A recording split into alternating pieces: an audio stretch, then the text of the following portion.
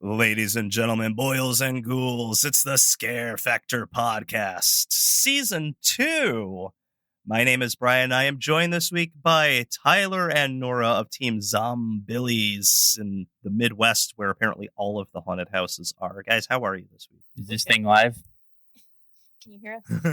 Hello? Yes, I can hear you. Oh, yeah. okay, cool. Good. Oh, Yay! you can't hear me. That's fun. Back. All right. Yeah. So it's April of 2022, and that means that it's allergy season. So if some of us sound a little bit stuffed up, it's because our face faucets are turned on and no amount of antihistamines has been able to do anything about it. Mm-hmm. So that's your official disclaimer. Beware of the snot dribbles. Yeah. So this week we are talking about off-season haunts and feeding the thirst. What The can thirst for folks... blood. What- I mean, the thirst for scares? Yes. Yeah. Thirst for... All the above. Yeah, that's the one. What can fans Yeah, do during the off season to get their haunt fix in? And the short answer is nothing. You're screwed till October. No. Don't tell them that. I mean, that's kind of how I go about it. Oh, no, not here. There are actually a lot of things that you can do to get your fright fix during the off season, and that's what we're going to talk about. Yes. So first of all, like, did you guys know there are year-round haunted houses? Actually, we did. We did, but I know a lot of people do not. Right. So I wasn't aware of this. There are very, very few, but there are Mhm. some out there. They're actually open like basically all year round. Not like your holiday haunts, that sort of thing. Like they run legit year round. Like most of them, I think. Well, I say most of them, like there's a lot of them, but the most notable ones, I guess, are in like the Gatlinburg area. There's Mysterious Mansion, of course. There's Ripley's. There's several Ripley's locations. There's one called Outbreak, Dread the Undead, also in Gatlinburg. If you get down to Orlando, there's one called Mortem Manor. And there's a few others in Florida too. oh yeah, there's. I mean, this is just Oh, a I'm short sure, list yeah. for sure. Up around Sandusky, Ohio, that's northwestern Ohio. There's one called Mortem Manor, not too I'll be far there from in Cedar Point. I'll be there in June. There I'll you have to go. check it out. You'll have to report in and let us know on the following podcast what it was like. Yes. You Yes, get down well. around South Carolina, Myrtle Beach area. There's a couple down there, Nightmare Haunted House and another Outbreak, Dread the Undead. We've been to the Outbreak. Well, we've been to Mysterious Mansion, Ripley's Outbreak, Mortem Manor, and Ghostly Manor. Okay, we've been to them all. Yeah, we've been. We've not been to South Carolina. Not been to those. No, but the Outbreak in Gatlinburg is actually pretty cool, but it's mostly filled with like really neat animatronics. So yeah, if you get a chance to go to one of those, it's pretty cool. Absolutely. All right. And then, like Bryan, you might have a little experience with the ones up around the New England, Salem type area. Yeah. The only there's two that I know of, and I couldn't find the name of the other one, but Witch Mansion is one, and it's right on Essex Street in Salem.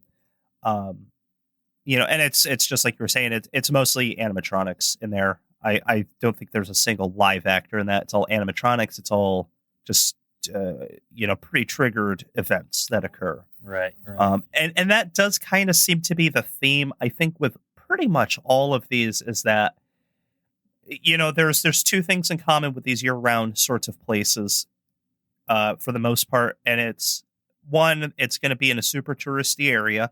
Now that I think about it, there's one at the Ripley's museum in Niagara Falls, and I think it's on the Canadian side. Gotcha.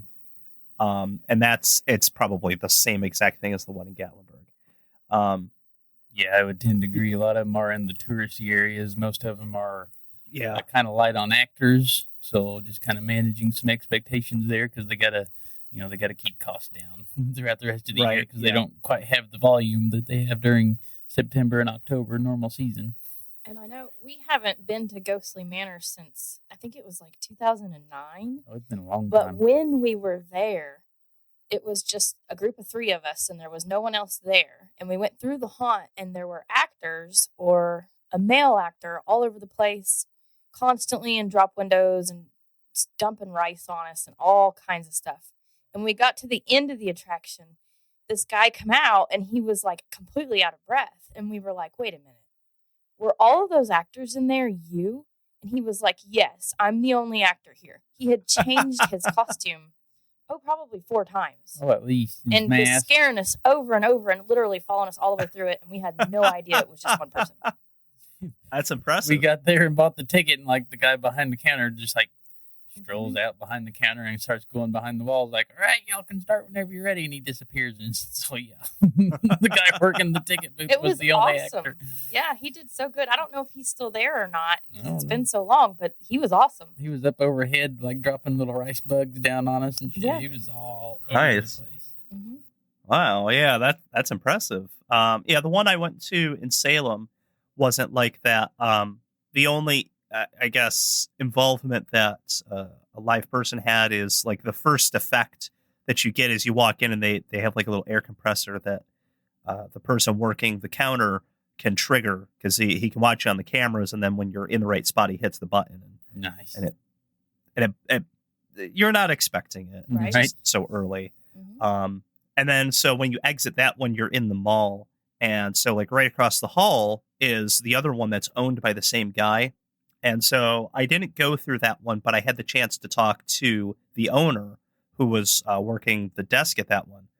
And so, I talked to him about, haunts, and he goes, oh, hey, what'd you think? And I was, so I told him, and I was like, yeah, it is what it is for, a little, shopping mall type walkthrough. And, it's not bad for what it is. Talked to him a little bit about other haunts that I've seen because, the fact that I review for the Scare Factor came up, and he goes, "Oh yeah, I've heard of that site. Oh yeah, you guys are awesome." And I was like, "Oh, thanks, man. Like I feel like a celebrity." But yeah, so we talked a little bit about. He goes, "Well, was there anything you thought could have been better?" I was like, "I don't know. If you could add actors, that would be a huge improvement. But short of that, like, you're doing what you can with what you've got. So." Maybe some lighting fixes here or there, but, without getting too technical, you hit the nail on the head. Mm-hmm, mm-hmm. So that was neat.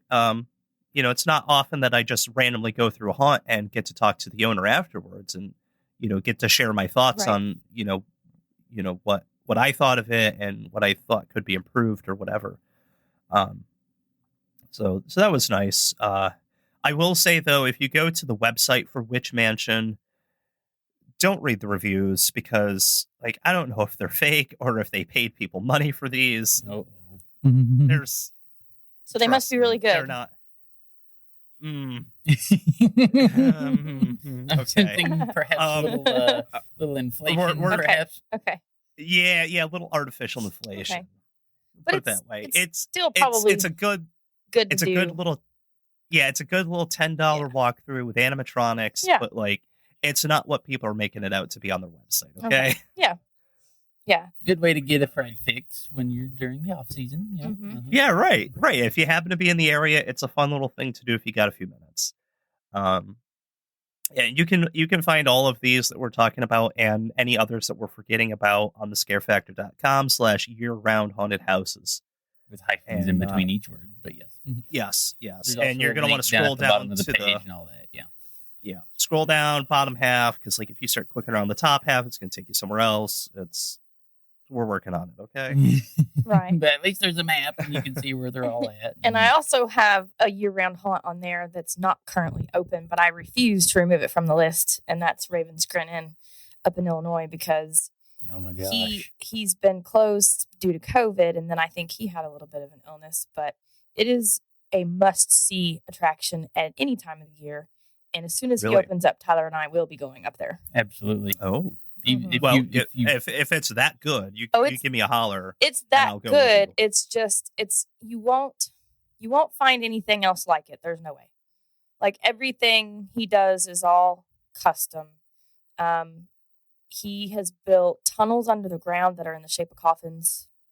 I mean, it's not like animatronic heavy or anything like that. He's got some like in-house built animatronics or animations, but it's all his stuff, and it's just It's kind of like a really good B-rated horror movie, but in the haunt industry, it's like a B-rated haunted house, if that makes sense. Lots of like gags, if Yes. you will. Yes. So it's like a really good home haunt then. Yes, it is. So And it's it is at his house. spectacular Yeah. home haunt. Yeah. They do Okay. live there. So You've got a car sticking Okay. out of the front of the house, and the whole theme's built around that car and this cat named Tuxedo, and you may or may not see Tuxedo as you're going through there because the cat died some time ago, but yeah.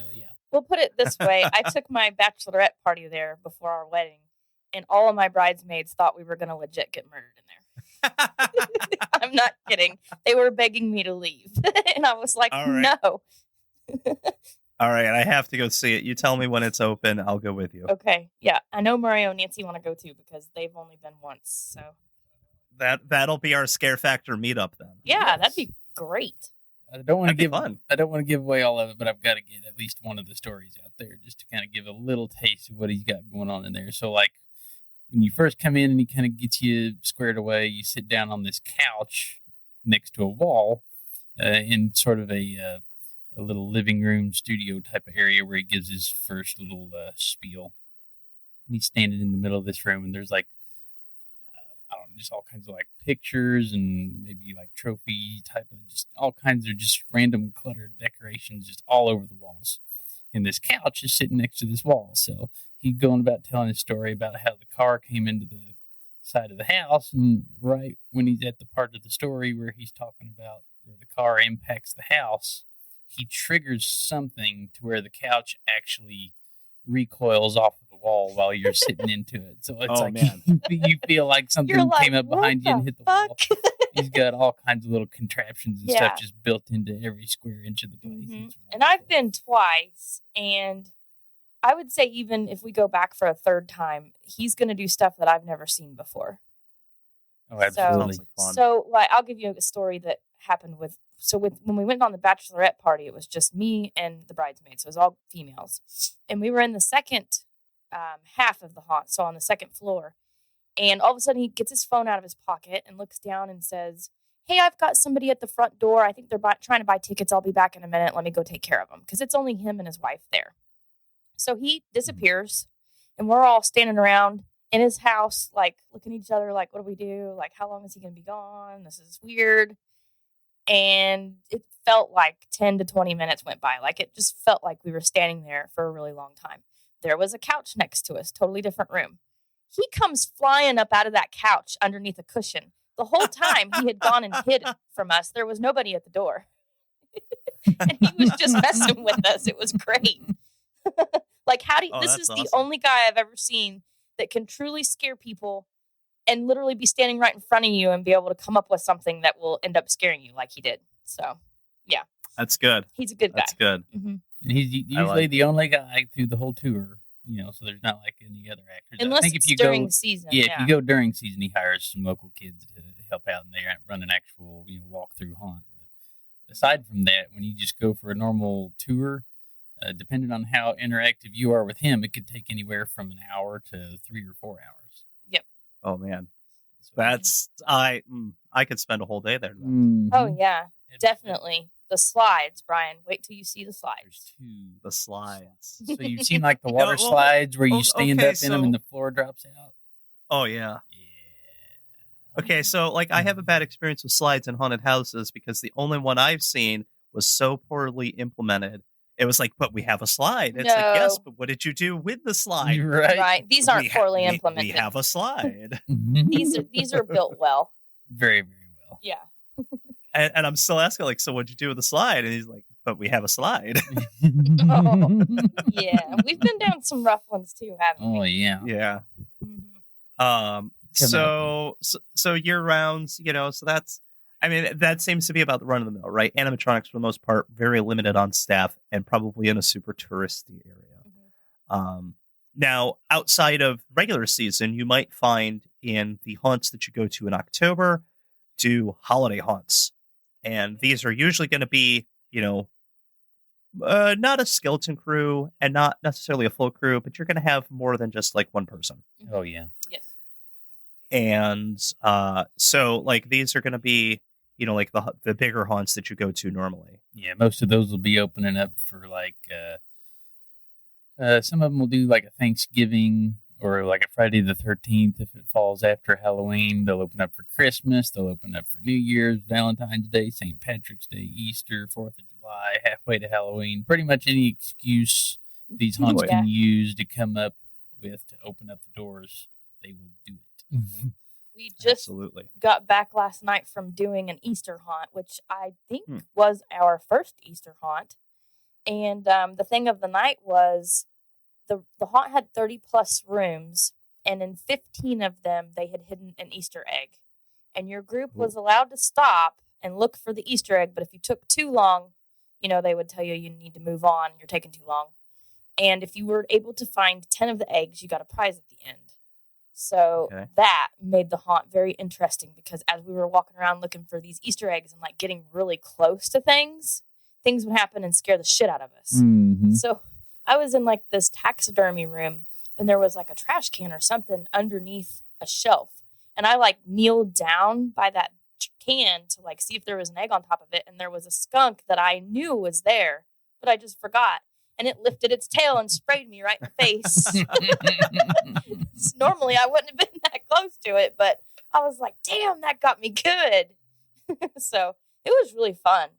I know not all of the haunts are doing Easter egg hunts, but if they can implement them, that was a freaking blast. Well, yeah, that sounds like fun, yeah. Even if you have a regular haunt that you like to go to during Halloween, if they're opening up for some of the holiday events, definitely go check them out, because a lot of them retheme.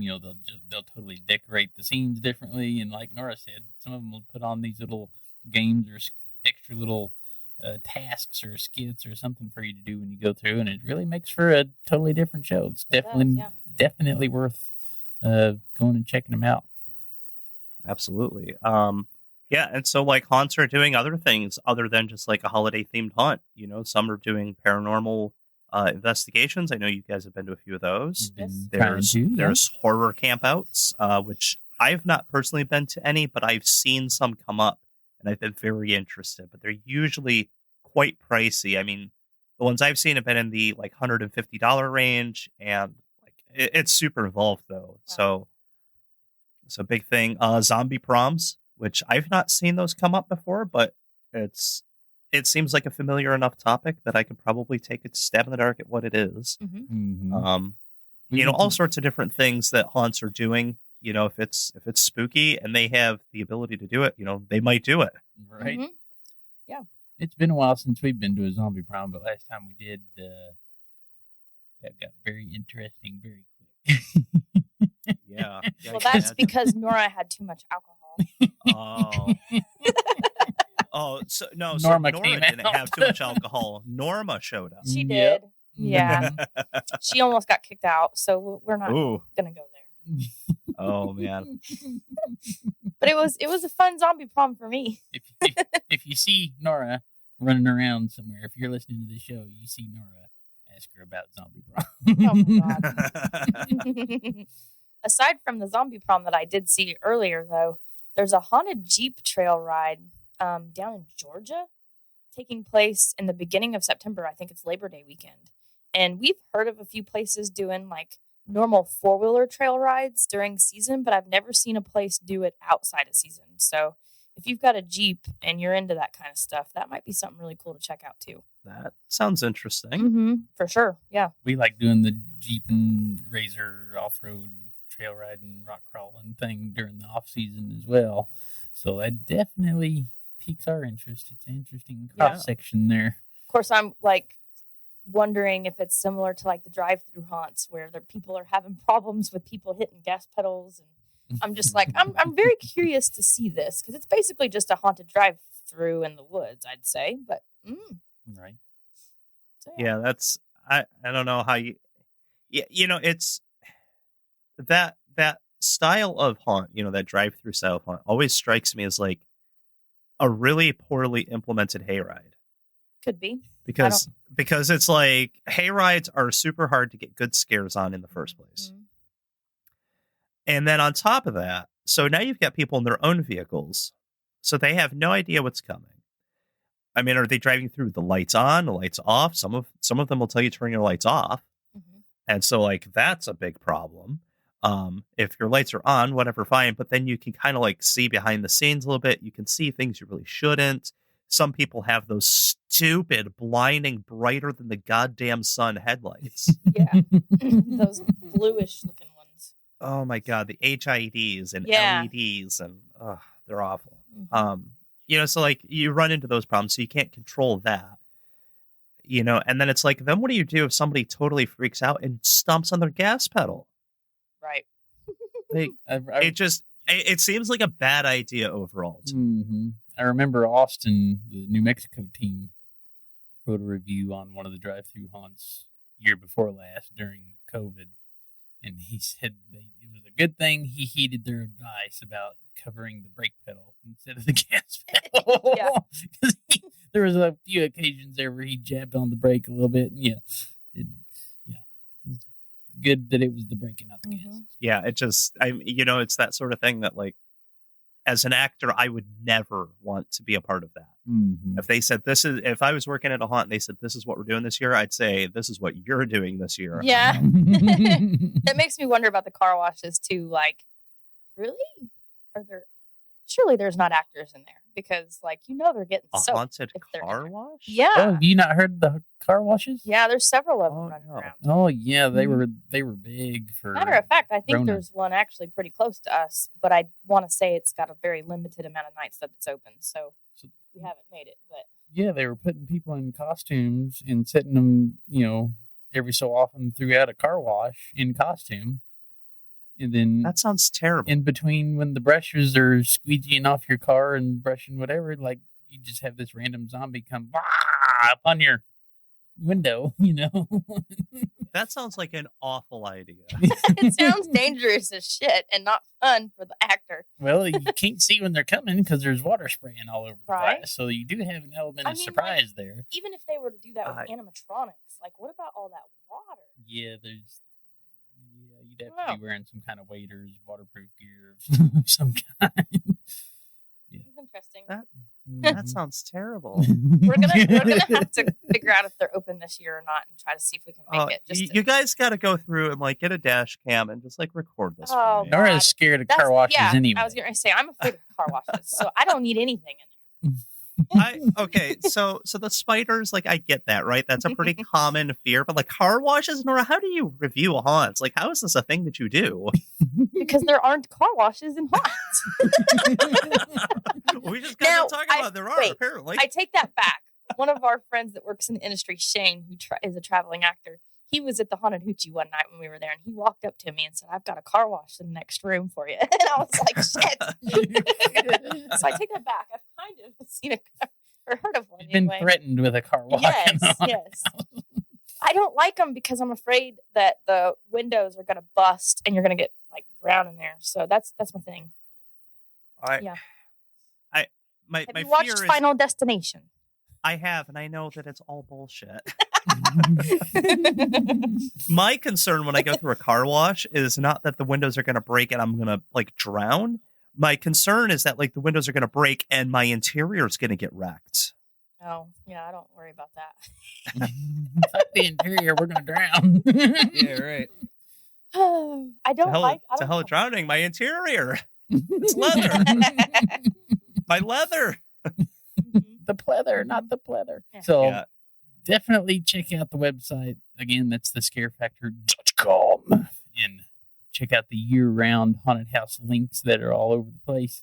The quickest one to find is down at the bottom of any page of the site. There's a year-round tab down there. And then, like I said, that pulls up an interactive map, always shows the ones that have not passed yet. We've had really good luck this year with somebody helping us keep up to date on those. So we've got quite a few to offer. Definitely, if you're following any of your favorite local haunts on social media, definitely check in with them every once in a while, too. A lot of them are really good about posting on social whenever they're doing an event like that. Or go to your favorite haunts pages and make sure you're hitting that follow button on Facebook because it'll tell you every time that they make a post. Because a lot of these places won't put a whole lot of money into advertising these off-season events because they're kind of hit and miss anyway. So if you're not paying attention to them, you might easily miss something. Yep. And especially too, around holidays, if you're thinking like, oh, I wonder if there's any haunts doing anything, go check out the pages, because it's entirely possible that Facebook, in its infinite fucking wisdom, decided to not show you this post. Right? Because Right. Yeah. It Because likes to hide stuff. Yeah, because Zuckbot was like, it's not October. You don't need to know about haunted houses. Yeah. Mm-hmm. Wouldn't surprise me. Yeah. So like what else is out there? I mean, there's escape rooms, there's Escape rooms is a big one for us. Yeah. We Yes. really enjoy escape rooms. Mm-hmm. yeah, so like the one that comes to mind is at KO, Atrophy Escape Board. That's definitely a spooky escape room. Oh yeah. Yeah. From everything you've told us, it sounds amazing and immersive and scary. Almost as much as their freaking haunted house, just different. Yes. So, And I would argue that it's better than a regular haunt. Okay. Interesting. I would say that. I only say that because one, it's longer, and two, it's very focused on your group, right? Because you don't have the conga line going through, and it's as reviewers we kind of get jaded to that sort of thing, right? You get stuck in a conga line, you're like, oh great, and then you can see the scare 6 times before you even get there. With this, it's only your group going through, and so when something happens, it is focused all on you. And I think that's a lot better. That's what I paid for. That's what I wanted. So, and right now, a lot of escape rooms that we're booking, they're because of COVID protocols that they're still following. They're mostly like you can book a 12-person room, but only have 6 people. And they won't throw you in with like 6 more people that you don't know, or right now. So anyway, right now is a really good time to go because, that makes it better going with your own group. But yeah, we did one last night how was it advertised? It was advertised as spooky, not necessarily scary. And it was advertised as a different type of escape room in that it had it was more technical. And what was it saying on the website? I'm trying to think of exactly. Yeah, I didn't read the website, but I do know from going there. Yeah, there was a lot of tech involved. So there's like one guy that built all the rooms, and he has former haunt experience, and you can tell. Oh yeah, I thought we were on a mini Hell's Gate when we were in this room. It was based upon a doctor and his sins, and long story short, he was basically taking the love of his life and reincarnating her through the work of Frankenstein. oh. Is in a roundabout way what it was. And we had to find, the body parts and random drawers and stuff, and the lighting. Like you would do the room for like 15 minutes and solve a puzzle, and the lighting and the sounds in the room would change as you progressed. So like halfway through, and this was a 75-minute room too, and halfway through we like basically summoned a demon. Pretty much. And it was wild. Like the busts, the human heads on the walls, the statue sculpture busts. Like the eyes would start glowing red and start they were looking around, and the mouths start moving. Yeah, and they weren't talking in English. They were like saying some kind of demonic chant. Yeah. Speaking in tongues. Yeah. Yeah, we were all looking at each other like, holy shit. And there was pentagrams all over the room. And we had to find skulls and match the skulls to the pentagram. And it was really, really awesome. I just want to note that I'm really proud of Nora for calling them pentagrams and not pentagons. Pentagons, yeah. I'm gonna go ahead and pull this room up now though because it's highly recommended. It was called Captivating World. Yeah, is the name of the venue. Well, what was it? Sins of Dr. Faustus is the actual room, and yeah, it was awesome. It wasn't the scariest room we've done. The scariest one we've done was down in Gatlinburg. It was at Gatlin's Escape. It's it's a house, something about a house. Yeah. But it was scary, like scary enough to where you've got 2 haunted house reviewers in the middle of an escape room arguing who's going to do the next step because we were both afraid to do it. Mm-hmm. Like the little footlocker opens up and fog's coming out, and you got to get in and crawl under the bed, and it's like, I ain't going in there. Yeah, they made you crawl under a dark bed, just a hole in the ground, and you're like, not doing it. And we're looking at each other like, well, shit, somebody's got to do it. When you come out, you're behind the walls, and there's skellies back there, and But yeah, some of these escape rooms, like even if you just want something fun that you think you might want to do, try an escape room. But the spookier ones and some of the like medieval ones or the ones with really good stories about Jack the Ripper or things like that, give them a try because they're a lot of fun. That sounds like fun. Yeah. There's one that I'm trying to pull up now, and it's an escape room, but it's like an extreme haunt type of escape room. So like they can touch you, they can grab you and pull you out of the room. From what I remember about it is like the basic idea is like a home invasion. So you're doing an escape room in like a house, and there's somebody in there with you, and if they find you, they basically take you out of the room, they put you in timeout for a little bit, and you got to go try it again.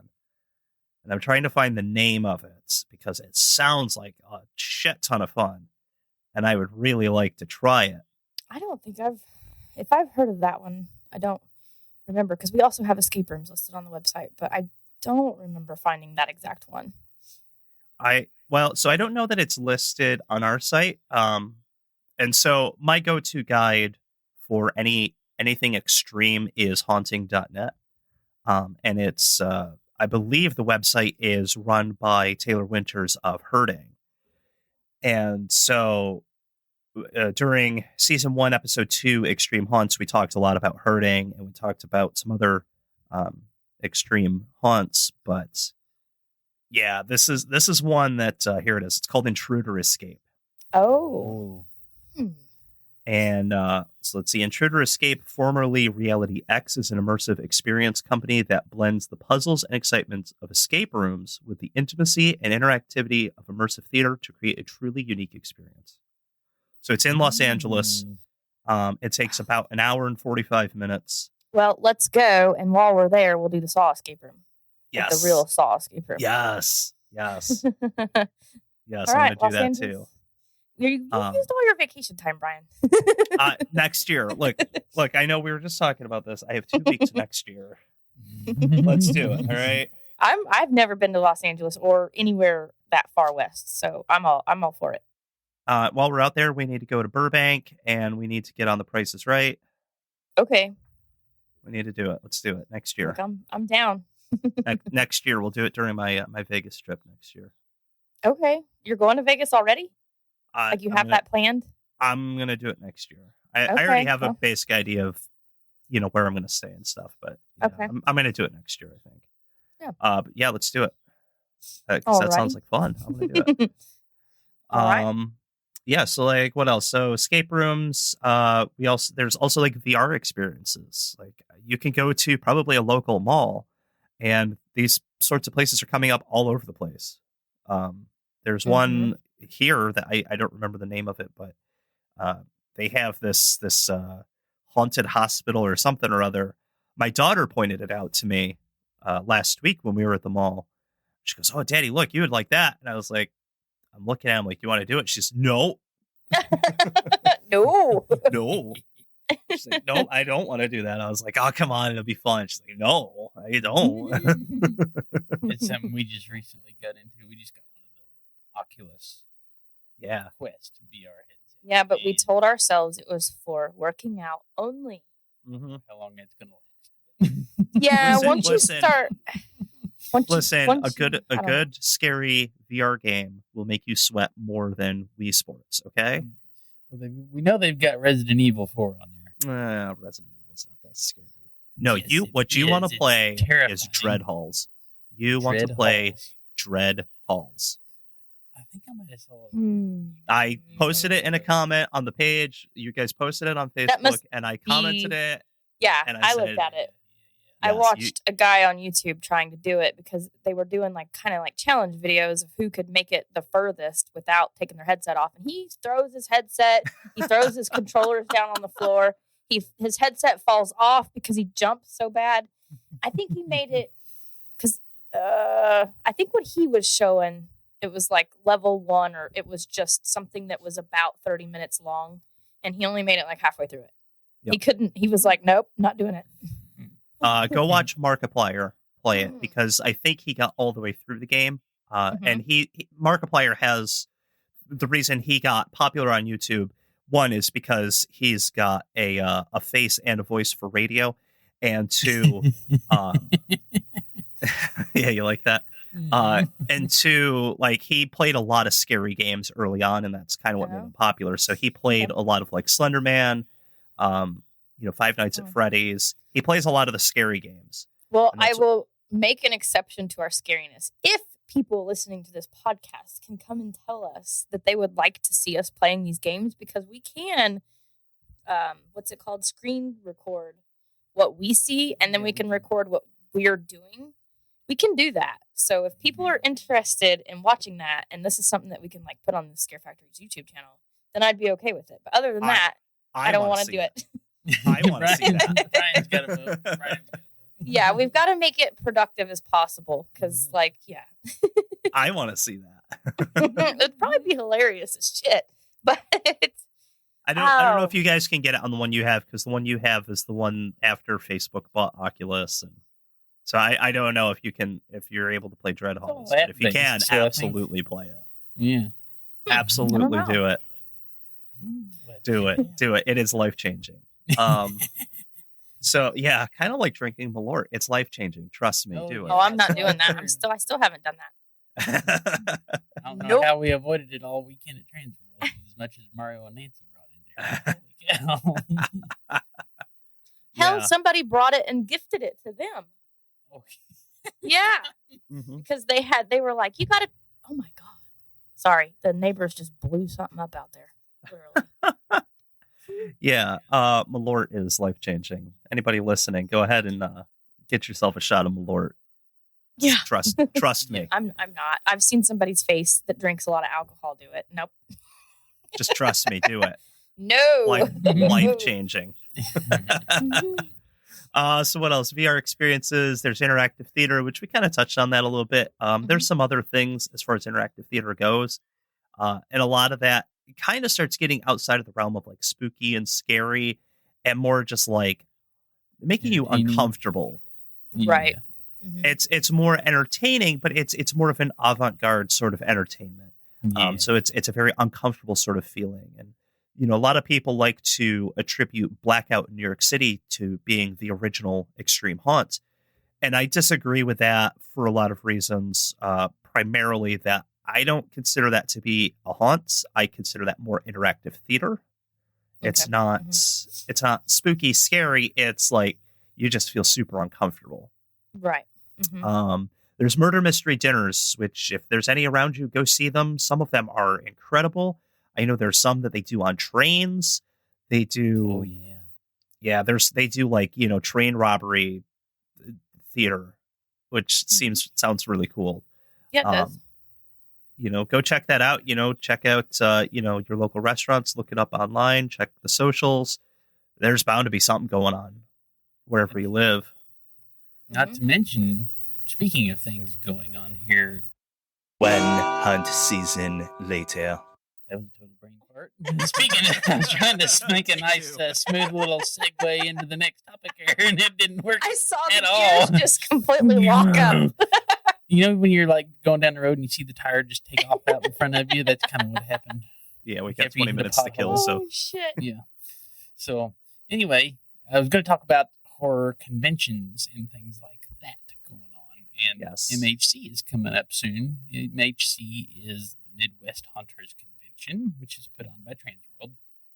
That will be taking place up in Chicago. It's in somewhere close to Chicago. It's up in that area. Yeah, and they're doing what they call it, a pre-con bus tour. So it's open to the public, and the general public can also buy tickets to this bus tour. And I would recommend it for somebody who doesn't live in Chicago, and it's very hard for them to visit Chicago during haunt season because it is pricey, but it does include all of your transportation and some food. But I think they're going to Massacre, Basement of the Dead, Disturbia, and Evil Intentions on Friday. Yes.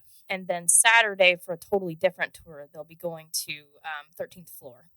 So that's open to anybody that is able to buy tickets to that. And then for July 8th and 10th, you have the Haunters Against Hate, the event convention. and it'll be in Lexington, Kentucky this year. And word on the street, but I didn't see it on their website, is that Wicked World in Lexington may be open for that. So that'll also be open to the public, and it is a very fun haunt to attend. Absolutely. Yeah, so you mentioned 13th Floor, and I've heard very mixed things about that haunt. We've only personally been to one, and it was the one down in New Orleans for the Legendary Haunt Tour and this past November. Was it good? Well, I'm not going to That's a say loaded it was question, a isn't bad it? attraction, because it wasn't bad. It just wasn't quite what I was expecting. I guess because it was the formerly known as the House of Shock, and we've heard so much stuff build up over that about the House of Shock. And when we went into the 13th floor, although we haven't been to one, to me personally, it felt like a box haunt. And what I mean by that is you put it in a semi-trailer and can move it somewhere else very easily, set it back up. And we've heard through the grapevine that a lot of their haunts are kind of similar to each other. Well, now being devil's advocate here too, this was also in November for the Legendary Haunt Tour, so they were not normal season show. There was very few actors. I'm assuming very few actors, relatively speaking, to the normal season, because there wasn't that many when we were going through. It was more of a inter-industry kind of show and tell sort of night. There was some really cool things to look at. There were some really good costumes, some really good makeup, things like that. But I feel like it would have been a much better show during season, or I hope that it would have been. It was good. It was different than the others, and you could just kind of tell. It felt more corporate to me, I guess. Yeah. is what I'm Yeah, gonna say. I know what you're getting at. And that's kind of what I've heard about the others, Chicago and Denver, is that it's a very kind of like they came up with one design, they replicated it 3 or 4 times, and it feels like the sort of haunt that gets packed up in a truck and moved somewhere. Right. And you could do it anywhere. Yeah. Now, I don't know if like the LA Haunted Hayride is also owned by them. I have never heard that about that attraction. So I'm not sure if this holds true for everything that they own, because they own quite a few. But I've heard that the ones actually named 13th Floor all can be pretty similar to each other. So that's what I've heard, that it's not necessarily bad. It's just kind of like, it was okay. Yeah. Like Fear Columbus, they're not owned by 13th Floor anymore, but they used to be. And I'm not trying to anyway, I'll just say what I'm saying. When 13th Floor ran that haunted attraction and named it, what was it, 13th Floor Haunted House Columbus, I think is what it was, just a couple of years ago. We saw Amanda's been reviewing them, Team Mysterious Misery, for a long time, probably since she's been a reviewer back in 2007 or something. And when 13th Floor took it over, their score kind of took a dip. And then here recently, when Nick Francis purchased it and named it Fear Columbus and took it to where it is now, the score has soared through the air. So we went through for their Christmas show too, and it was very good amazing, show. Wonderful show. So if that tells you anything, I think they're good haunts for customers that are going, to a show for October and things like that. But to some of us pickier people, of course, we're not the norm. We might prefer something different. Yeah, I think, and that's, I think it kind of falls into the year-round haunts we talked about at the beginning of the episode, where it's like, yeah, okay, it's fine if you don't visit a lot of haunts, you might have a pretty good time, but right. for those of us who are really into the industry and we've seen a lot of things, it's kind of like, whatever. Yep.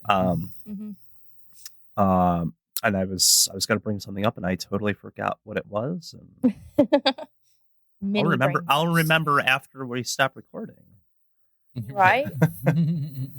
I know what it was. So 13th Floor, and didn't that start out of the rumor of the haunted house with 13 floors and all the fake exits, and if you go out the wrong one, it's your SOL. I would think so, yeah, because if you go to their FAQ section on their website.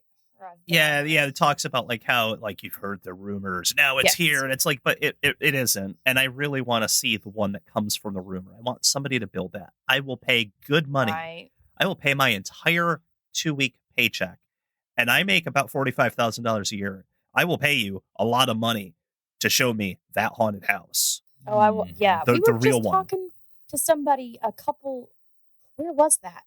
We were just talking to somebody a couple of days ago that was telling us that haunted house does exist. And I was Really? like, no, Really? it Where? fucking doesn't. And they're like, yes, it does. I think they were telling who was it? It was a female. Where were we? We were like walking out of a building. I think it was at Hell's Dungeon the other night when we did the Ohio Haunters Association meeting. One of the actors around us or actresses around us was telling me that haunt existed. And I'm like, no, it doesn't. No, and I've run into a couple of people who swear up and down that they have actually been to that haunt. Oh, yeah. And they go, no, if you go through the whole thing, you get your money back, blah, blah, blah. And I'm like, no, you're thinking of Hell's Gate in Chicago. And if you find the key, you get your money back. Yep. That's what you're thinking of. You've probably been to that one. Was it really good? Was it like story driven and like you had to get on a bus and it takes you out there and it's super creepy? They're like, yeah, how'd you know? And I'm like, yeah, you went to fucking Hell's Gate. Right. Which is an extraordinary haunted house, but it's not that haunted house. It's not the one from the rumors, right? Yeah, right. It does take part of that. And like, yes, if you do a thing, you get your money back. But it's very clearly outlined. It's not a part of the haunt. It's after the haunt. And it's like, here's a room. You have a certain time. Find the key. Yep. So, yeah, it's... And we have successfully failed at finding that key every time. Haven't Mario and we Nancy never found it? find the damn key. Yes, they did find it once. Yeah, they did. And I'm like, Mario, where was it? And he was like, oh, just on the side of the crate. And I'm like... but I'm sure it changes position, with every group that goes through. So. I'm sure it does. Yeah. I mean, it's fun to look for it for a split second, but it's also kind of weird too. Like when you're trying to immerse yourself in that attraction, and it's all of a sudden it's like, go, go, go, go! There's a key in here somewhere. It's a little weird, but hey, they do their own thing. So yeah, but yeah, I want to see the real 13 floors, like. And I want the actual one from the rumor, too. Like, I don't want this, 13 floors above ground. No, I want to go through all of those and then find out that, I had to do 13 floors underground. Yeah. Right. I want that one. I want the 26th floor, fuck you, we tricked you bullshit. That's the one I want. Yeah, because everybody always says, every time you make it past a floor, each floor gets harder. So harder. Harder how? I mean, because it's probably the 17th door, because start off it's all spooks and ghosts and pop scares, and by the time you get to the very top, they're breaking your legs and attacking you. That's with what I've venomous been snakes. told. And... I mean, this one lady told me that they hit you with baseball bats, like swing them hard at you to keep you from getting to the 7th floor. That's as far as she made it, and I'm like, what? No, you haven't because you've never been. And that's the thing. And it's always really interesting to hear people talk about that particular aspect of it, because it's complete bullshit, because we've seen all of the websites for all of the haunts, extreme or otherwise, and they all outline from the start what will happen to you. Yes. Pretty much. If they don't touch you, it'll tell you, we won't touch you. You don't touch us, we don't touch you. If they're going to touch you, they'll say so. It will say so on the website. They will put it clear as day, because that's a huge lawsuit waiting to happen. So yeah, it's bullshit anytime somebody brings up, but I want to see the real one. Come at me with a baseball bat, bro. What can you do that's spooky during the off season? Try to find that 13th floor haunted house that everybody talks about, not the real 13th floor that is open, but find that and bring it to the Scare Factor so we can. Yes. Find the rumor, go build it, go do whatever it is you need to do, make it happen. I want to see. I'd love to review that attraction and get it out there. Yeah. I would personally love to go see it. So other things that we can do, horror movies. Oh yeah. Horror games even. Yes. Yeah, both board game and video games. Besides the VR, pull out that PS4 or 5.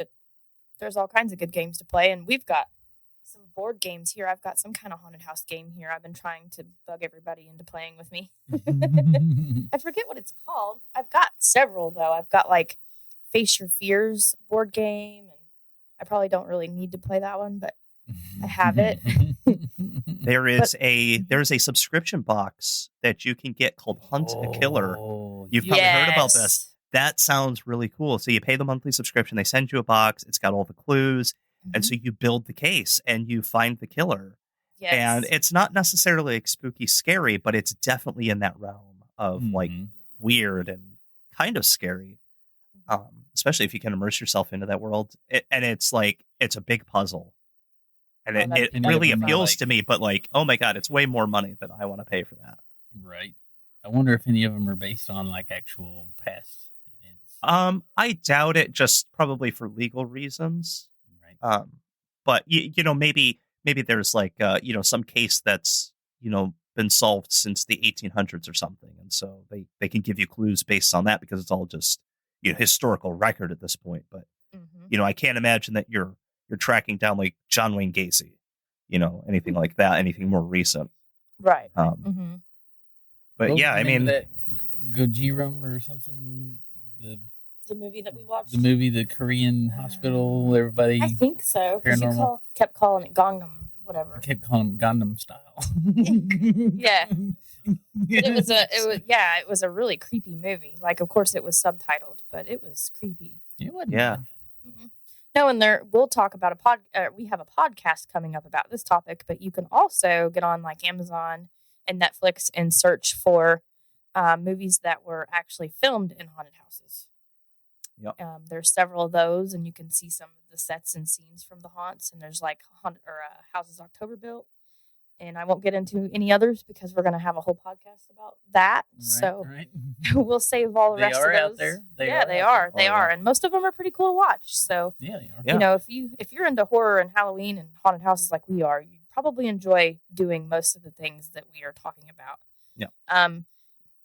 When Bryan said that about that, the horror games, or anyway, that sparked my brain fart that I'm having right now. It didn't spark that. Don't light the farts. Oh, he was talking about the box that you can buy. Oh yeah. I've seen it advertised on Facebook, but that reminded me, we have listened to some really good horror podcasts. Oh yeah. And some of those, you guess who a killer is out of a group of people. So, you know, it gives you this whole story, and some of them actually get drawn out for several different podcast episodes. They're definitely not sponsored. These are just our own personal thoughts and recommendations. But this one was called Solve. Mm-hmm. And yeah, it sets the scene and gives you the characters and walks you through like the events that led up to it, before and after. And you have to kind of judge by listening to the people and subtle little things that are going on, like maybe even in the background. So it's like that you need. Yeah. So it's like an old-fashioned radio show. Yeah, and it's kind of like you're a fly on the wall. So they're not like talking to you, but you're listening to what happened to them before somebody was murdered, for the most part. Yeah.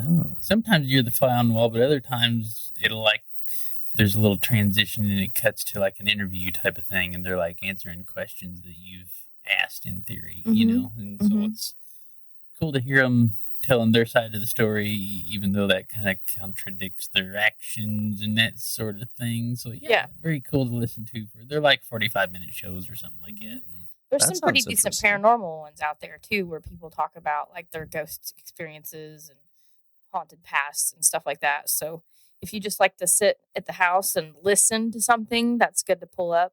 I'd also like to throw out that our Scare Factor YouTube channel is also something that you can either pull up and listen to or watch, because we have several podcasts on there all about the haunted house industry.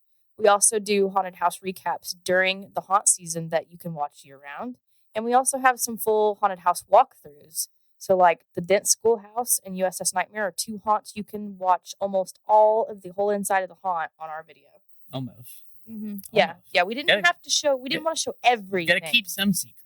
Yeah. But, you know, if you need a fix, get on there and watch some of those videos. And then Dorky Dude and Carpetbagger and Tampa J, they all do some that are really good too. So those are, Tyler and I watch paranormal and scary YouTube like all year. There's Scare Track over in England. They do really good audio and video.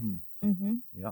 And if you need a break from the scary stuff, I'll be making a video about the Firefly Festival that I'm going to in September. So if you need a break and you just want to, you know, rock out with an idiot on his first multiple day. That's what your title should be, Bryan. Rock out with an idiot.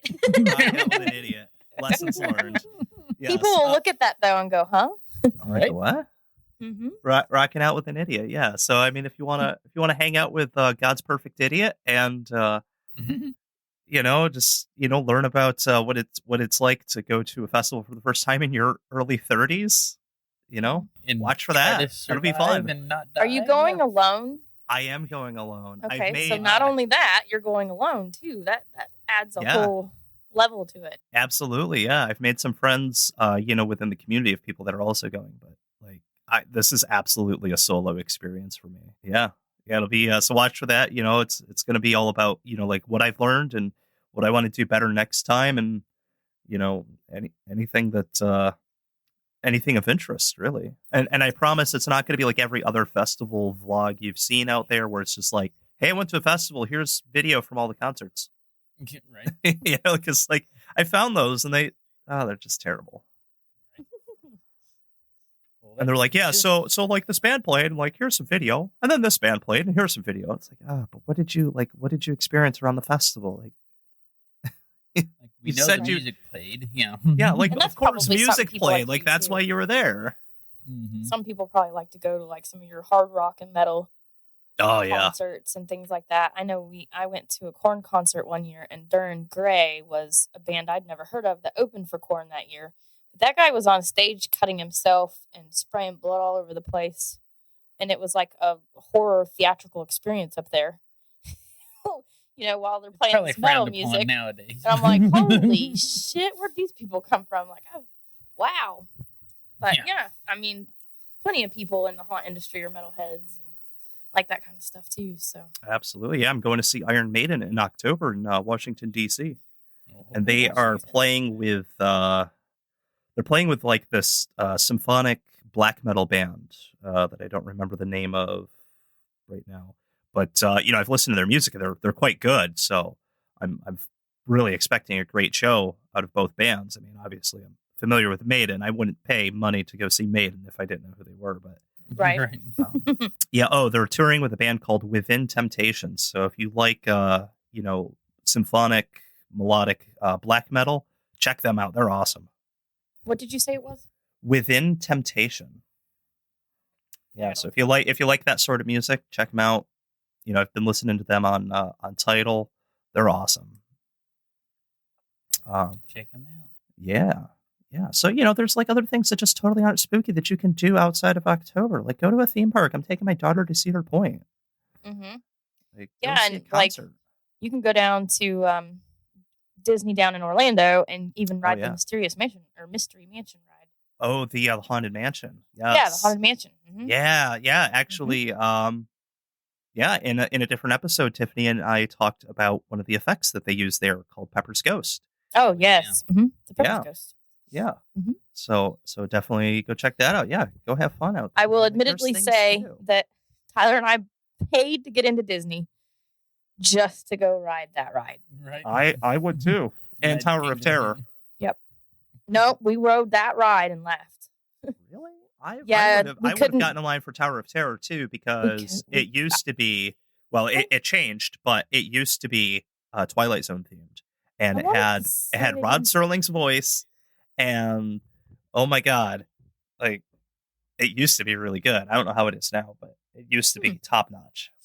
Nope. Too many people, too many kids. We left. Too many 6-year-olds. Yeah. Well, there was I'll add the caveat: bratty 6-year-old. Yeah, they were cutting lines. Like I was gonna start elbowing people at the Haunted Mansion ride because people were just literally cutting in front of me and Tyler, dragging their kids in front of us, and I was like, I'm over it already. And we've been in here for like an hour. We just went back to Universal. We did, yeah. In the Harry Potter section there, if you like haunts, I'm sure you would like that too. Oh God, yes. Oh my gosh. I went before they built Diagon Alley. This was years ago, but before they built Diagon Alley, and they had just the Hogsmeade area.